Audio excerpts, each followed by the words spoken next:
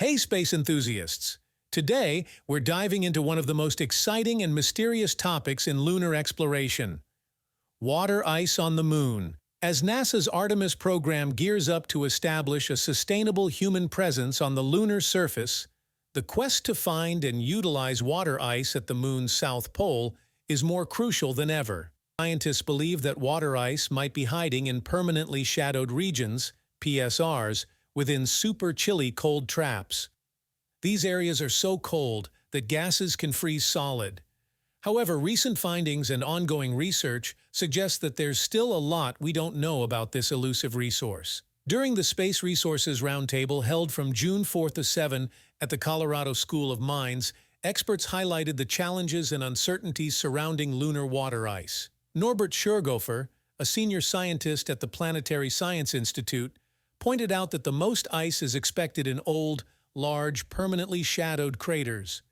But landing and operating in these extreme conditions pose significant technical challenges. Adding to the complexity, data from the Korea Aerospace Research Institute's Korea Pathfinder Lunar Orbiter, also known as Danuri, has not found the abundance of surface ice that researchers had hoped for.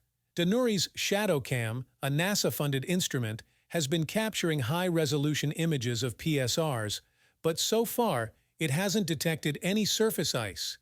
However, there's still hope for ice in the subsurface, which could potentially be verified with further missions. Several orbital missions have hinted at buried water on the Moon. Instruments on NASA's Lunar Prospector and the Lunar Reconnaissance Orbiter have detected hydrogen, which is likely in the form of water. Physical confirmation of this ice could be a game-changer for both human and robotic exploration. Ben Bussey, chief scientist for Intuitive Machines, emphasized that while there are strong indications of water ice, we still don't know its exact location, amount, or form. This uncertainty raises questions about the feasibility of harvesting lunar water. Even if abundant reservoirs exist, they might be too difficult to reach or require processing large amounts of lunar regolith. The next critical piece of this puzzle will come from Intuitive Machines' upcoming mission.